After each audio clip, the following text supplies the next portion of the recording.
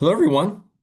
Now, I know you have many other things you could be doing right now, so we really appreciate you choosing to spend the next 25 minutes or so with us.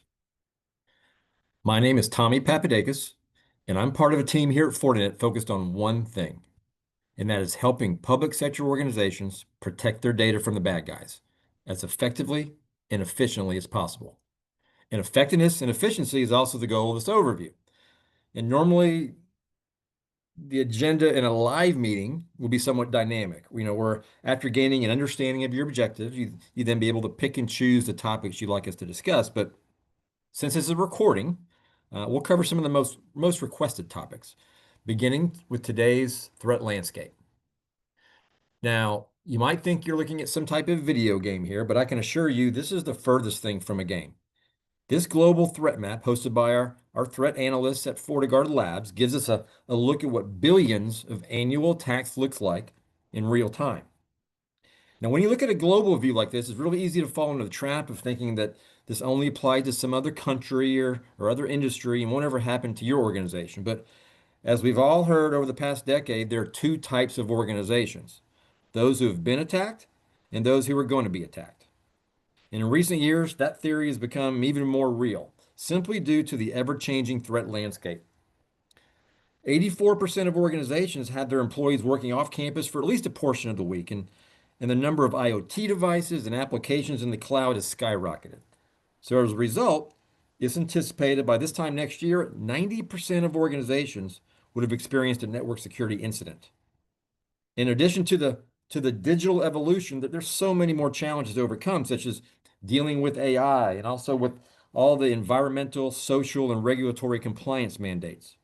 When you combine that with the typical budget and staffing shortages that have become normalized in the public sector, dealing with the ever-changing threat landscape can seem a little daunting.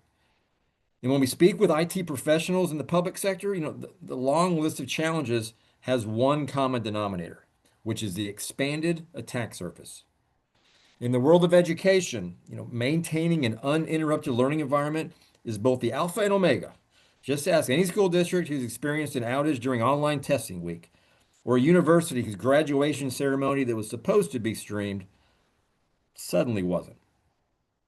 Distance learning at some level is here to stay. My own college-age daughter is voluntarily taking 12 of her 15 hours entirely online.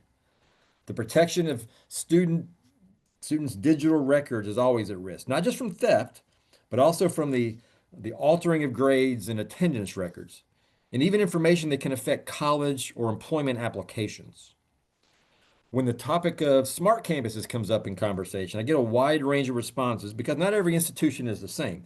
Some will have kiosks and digital wayfinders across their campus. Virtual health services has also grown dramatically in universities, while others, may only be issuing digital student IDs. And it's easy to forget that those connected HVAC and boiler room systems can not only be compromised, but can also serve as a launch pad straight into the data center. Virtual reality and augmented reality learning is also a growing trend. Now, now please don't ask me what these two are looking at because I have absolutely no idea. But what I can tell you is that these IoT devices are typically not built with any sort of security in mind. Now, the decentralized campus has expanded from different buildings to, in some cases, different geographies. Now, to say that the need to protect the physical safety of our students and staff, to say it's important would be a tremendous understatement. But the need to protect their cyber footprint is also important. And regardless of all the protection measures you take, continuously training them on when and when not to click is more important than any piece of technology that sits in your data center. And last, but certainly not least, here are a few challenges that we're seeing with government agencies. Many cities are well on their way to being classified as a smart city, while others are still in the development phase. But just about every municipality has some level of concern about securing both critical infrastructure, such as utility systems and field sensors, as well as less critical OT infrastructure, such as business automation systems, which again include things like HVAC and boiler room systems, physical security and alarm systems, just to name a few. Paperless government has been talked about for years, and many government offices have headed in that direction. But this, of course, introduces exponentially more risk. Now, to say election security has been a concern in recent years would be a huge understatement. And one particular area of concern is a need to improve cybersecurity for voter registration databases. And in times of crisis, during a natural disaster, bad actors often upend how local governments handle transportation, emergency response, healthcare, and other critical functions, which makes securing the systems used to manage those services that much more crucial. The U.S. Department of Transportation conducted a recent survey that showed over 20 states have adopted a statewide plan for next-gen 911 services. Now, this new class of technology will allow emergency call centers to receive not only phone calls, but also text messages, images, geospatial data, video, and other information. But this, of course, also increases the exposure to bad actors. And then lastly, there are the universal challenges that the public sector faces. First, protection from insider threats. While malicious outsiders are always a concern, the bigger concern are careless insiders, ranging from contractors to employees and even students. And as you know very well, doing more with less has always and will always be an issue, as will the need to adhere to various compliance regulations. And over the last few years, artificial intelligence, specifically those Gen AI apps like ChatGPT, introduces exposure of sensitive information that's going into those tools and ultimately into OpenAI. And yes, the last time I checked, public schools and government agencies are still funded with tax dollars, and IT budgets seem to always be in flux each year, each and every year. Okay. So this has been a pretty extensive list of all the threats and challenges that many of you are facing. Now, in our humble opinion, we of course think that Fortinet should be considered to help address those threats and challenges. So who is Fortinet? Now, we acknowledge that if you were to meet with a dozen security providers, they're all going to tell you that they're the best in the industry. We just happen to have some solid differentiators to back it up. Okay, to begin, our maturity and longevity in this extremely competitive industry is pretty rare.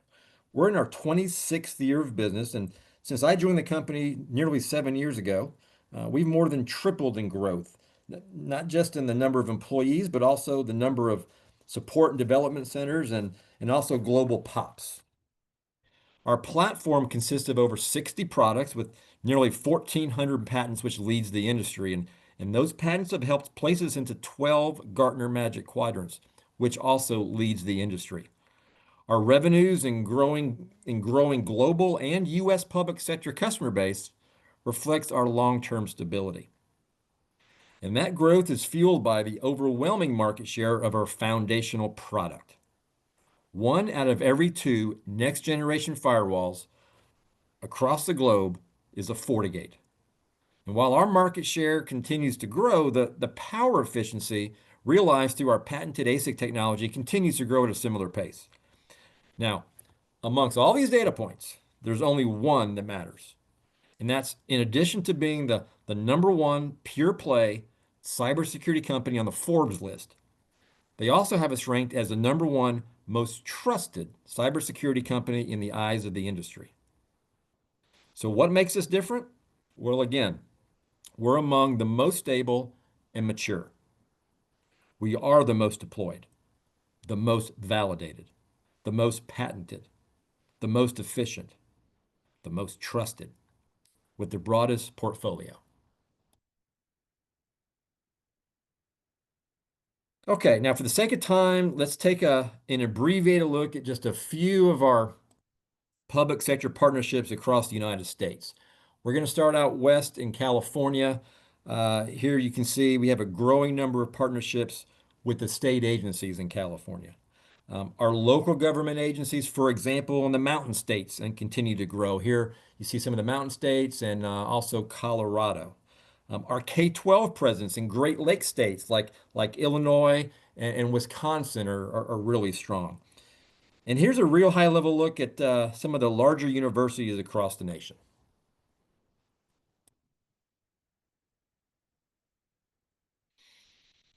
Now, earlier I mentioned our expansive platform of 60 plus solutions. or as we like to call it, our security fabric. So, what is the fabric exactly? Well, let's take a closer look. And in doing so, let's take a step back to Gartner for a minute. Right now, the thing about Gartner is that for years they centered their entire business model on assessing and rating individual point products. You can see here how each of these security products, pictured with a different color, are all working independently. But after years of expressing to Gartner the importance and relevance of our platform, they finally both acknowledged and are even now recommending organizations to implement a platform approach to security, one that leverages integration and automation of a broad suite of solutions. The best translation of that is the Fortinet Security Fabric. We provide broad visibility and protection for that expanded digital attack surface. We first take a zero trust approach to device and user access.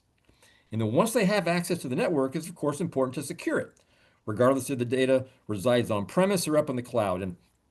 And because much of the fabric was built organically, it's highly integrated both with our own products as well as with an ecosystem of third-party providers.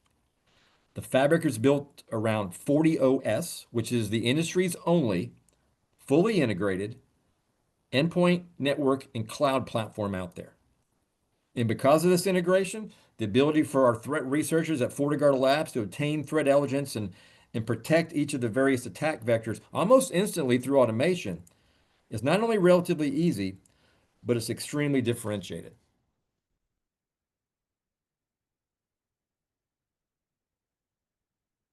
So to paint a picture, here's what most organizations look like. You got vendor one for the firewall, vendor two for the endpoint, vendor three for email security, and the list goes on and on. Now, that's not necessarily a bad thing. These products are usually good and they do what they're advertised to do, but the problem is they don't talk to each other. They don't share threat intelligence. Now, for example, wouldn't it be great if a Barracuda secure email gateway appliance could talk with a Cisco next generation firewall or a Palo Alto next generation firewall? The problem is they don't. So this is a direction where many of our customers are headed, of course, at their own pace towards a security fabric whose components share threat intelligence for more effective security while at the same time reducing complexity. So when, for example, FortiEDR identifies a zero-day threat, that intelligence is then shared with not just a FortiGate firewall that may be in your environment, but also with all the other Fortinet products around the world that are protecting each of the attack vectors. Now, I've been working with IT staffs for over a quarter century, and I can appreciate the tried and true concept of taking a best of breed approach. And while the platform approach may look good on paper, there's of course a common response that I still hear. We don't like putting our eggs all in one basket. We like to spread it around. We don't like to be reliant on any one manufacturer. We just don't do things that way. Now, when we dig a little deeper, there's usually examples of people embracing the platform approach in other areas. So on a personal level at home, many of the folks we speak to use the Apple platform. Now, just because Android released their new fancy flip phone, it doesn't talk to my Apple Watch or my Apple Music, and definitely doesn't work with the iCloud. And at the organizational level, let's take Microsoft as an example. What if what if Lotus Notes were to make a comeback and surpass Outlook, or if there was some new fancy spreadsheet out there that was better than Excel? Would you really consider moving off those applications? Most likely not, right? Simply because of the integration and automation with the rest of the platform. And in today's threat landscape, the bad guys are automating their system. So why wouldn't you want to do the same? Now, is this consolidation really happening? The simple answer is, yeah, it is. In the last few years, Gartner has seen a sharp increase of organizations who have either already moved towards the platform or are well on their way. And they're doing it for various reasons, whether it be to minimize risk or to increase efficiencies. Okay, so now that you understand our platform, what are the different solutions that make up the fabric? Now, here's an organized view of our portfolio. And as you're going to see here, we've put them into three key pillars. Now, first, the concept of secure networking starts with ensuring that the right devices have access to the network. And once they're on the network, we want to ensure that the data, even voice traffic, is protected as efficiently and effectively as possible. Now, that concept is primarily focused on users and traffic that are on campus, but when the users and offices are remote and the traffic and applications extend to the cloud, our unified SASE solutions help ensure that the same level of security that you've come to expect on premise is also just as stringent up in the cloud. And with all that activity and all the infrastructure that there is to get your arms around, our security operations solutions can provide the tools needed to help minimize risk as the alert fatigue that your SOC will undoubtedly experience. And if you don't have a dedicated SOC, we can provide a 24 by 7 SOC as a service for our firewall and endpoint solutions to ensure you're not only secure, but are also able to enjoy your time away from work with peace of mind. Now, we're asked all the time, with all the layers of security that are available these days, where should we start? Admittedly, if you were to ask this question to 20 people, you may get 20 different answers. But there's a handful of recommendations that I usually make that most people would have a hard time arguing with. Understanding the internal and external risks is the best place to start. And we can address this with our exposure management solutions. It's important to have a next-gen firewall that not only provides protection for unencrypted traffic, but also for encrypted traffic at scale. Protecting your end users' devices with EDR and their emails with a secure email gateway is the best way to protect against a ransomware attack. Protecting your servers and applications with multi-factor authentication has quickly become the norm. And having an incident response plan that is updated and tested is critical when things hit the fan. And believe me, they will at some point. And regardless of all the layers of the technology that you implement, it's all for naught if you don't train your users where and when not to click. Now, this is the point where I would normally run through each of the products and probably bore you in the process. So what I'm going to do instead is run you through a series of questions to think about. And just understand that each question can be answered with a thread of the fabric. So let's first begin with secure networking, which includes network security solutions. Questions to think about here are in the areas of protecting encrypted traffic without performance degradation, protecting operational technology and business automation systems found maybe in a smart building. And since Gen AI became a thing a few years ago, are there any privacy concerns for any sensitive material that may be inadvertently be sent out to OpenAI? And then alongside network security is the concept of enterprise networking, or what I like to call secure networking. The key question here is whether or not next-gen firewalling is being performed on east-west traffic by extending security policies to switch ports and SSIDs, or does it begin and end with just the north-south traffic only? Do you have visibility of all the devices that are attempting to access the network? Do you spend countless hours troubleshooting issues that may or may not be a wireless issue? Is there a need to outfit a vehicle with secure cellular connectivity or even provide it as a backup option when someone cuts your fiber line down the street? And has your budget office complained about the high cost of a cloud-hosted VoIP solution? Now, moving to unified SASE, I'm going to pick up the pace a little and simply remind you to think through questions pertaining to remote user and remote office security. And before troubleshooting an issue, are you certain that it's actually a network issue? Is the same level of security for your cloud workloads and applications as secure as the ones that are on premise? And lastly, for secure ops, are you taking a proactive approach to understanding your internal and external risks, user access, suspicious activity, and threats that are already on the network? And finally, thinking reactively, is the protection for the endpoints and emails working in concert with your internet protection? Do you have a tested incident response plan? If so, is it collecting dust?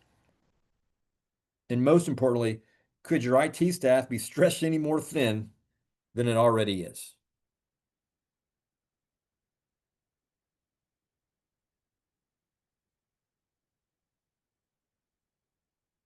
Okay, so we're going to click on compliance now, and let's get a very quickly, let's take a look at how we can help achieve compliance.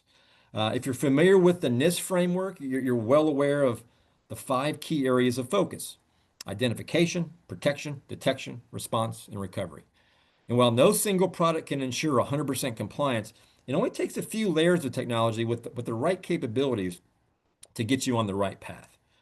You can see here that a ton of birds can be knocked out with just a handful of stones, such as a FortiGuard powered next gen firewall, network access control, a SIM, and endpoint security.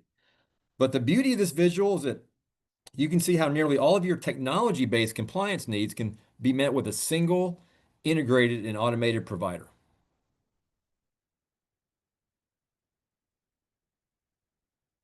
So, how do we stack up in the industry? As mentioned previously, we're in 70 plus analyst reports and 12 Gartner reports, all of which you can find on our website. But for the sake of time, I'm going to highlight just a few from Gartner that fall under the secure networking pillar.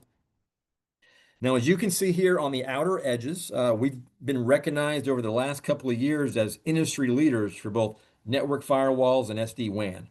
And most recently, there in the middle, you can see that we're also in the leaders quadrant for SASE and wired and wireless infrastructure.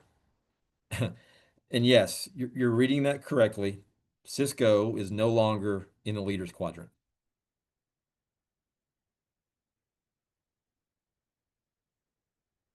Now, if you were to if you want to take a deep dive on any of these solutions, you can of course reach out to your local Fortinet team or partner. We can run you through it. What I will do though is to jump to a slide that addresses an extremely common question, and that is how the FortiGate specifically stacks up in the industry. So we're going to go here to solution deep dives. We're going to go to secure networking and click on the firewall. Now, here's a very high level snapshot of how a 10 gig firewall stacks up against a few of our industry rivals. Now, what should jump off the page beyond the price point is that while each of these provide roughly the same amount of threat protection, the session counts and SSL inspection performance is unparalleled. And we're able to accomplish this because of our patented ASIC technology, which is our biggest differentiator on the market. Each processor is purpose-built for network acceleration, content inspection, and we even have a specific ASIC focused entirely on SSL, excuse me, SSL inspection. Let's get back to the main page. We're going to finish up here. Okay, so as we mentioned earlier, not everyone implements multiple layers of Fortinet at first. Oftentimes a new client will give us a trial run with a single product. Now, as we all know, it's not just about how good that product performs or even the price tag. What keeps our clients coming back is our service after the sale. So over the last couple of years, both Gartner and Forrester have had great things to say about us, but as much as we value their opinion, it's our customers' feedback that matters most. And it's customer satisfaction scores like this that keeps our customers coming back. Okay, so this concludes our overview, and hopefully we were able to address any questions you may have had. But if not, please reach out to your local partner or Fortinet account team to continue the conversation and address any additional questions you may have regarding the FortiGate or any of our fabric solutions. We'd also love an opportunity to demonstrate any of our fabric solutions to you in a live setting. Thank you again for your time. And now we're off to go defeat the bad guys.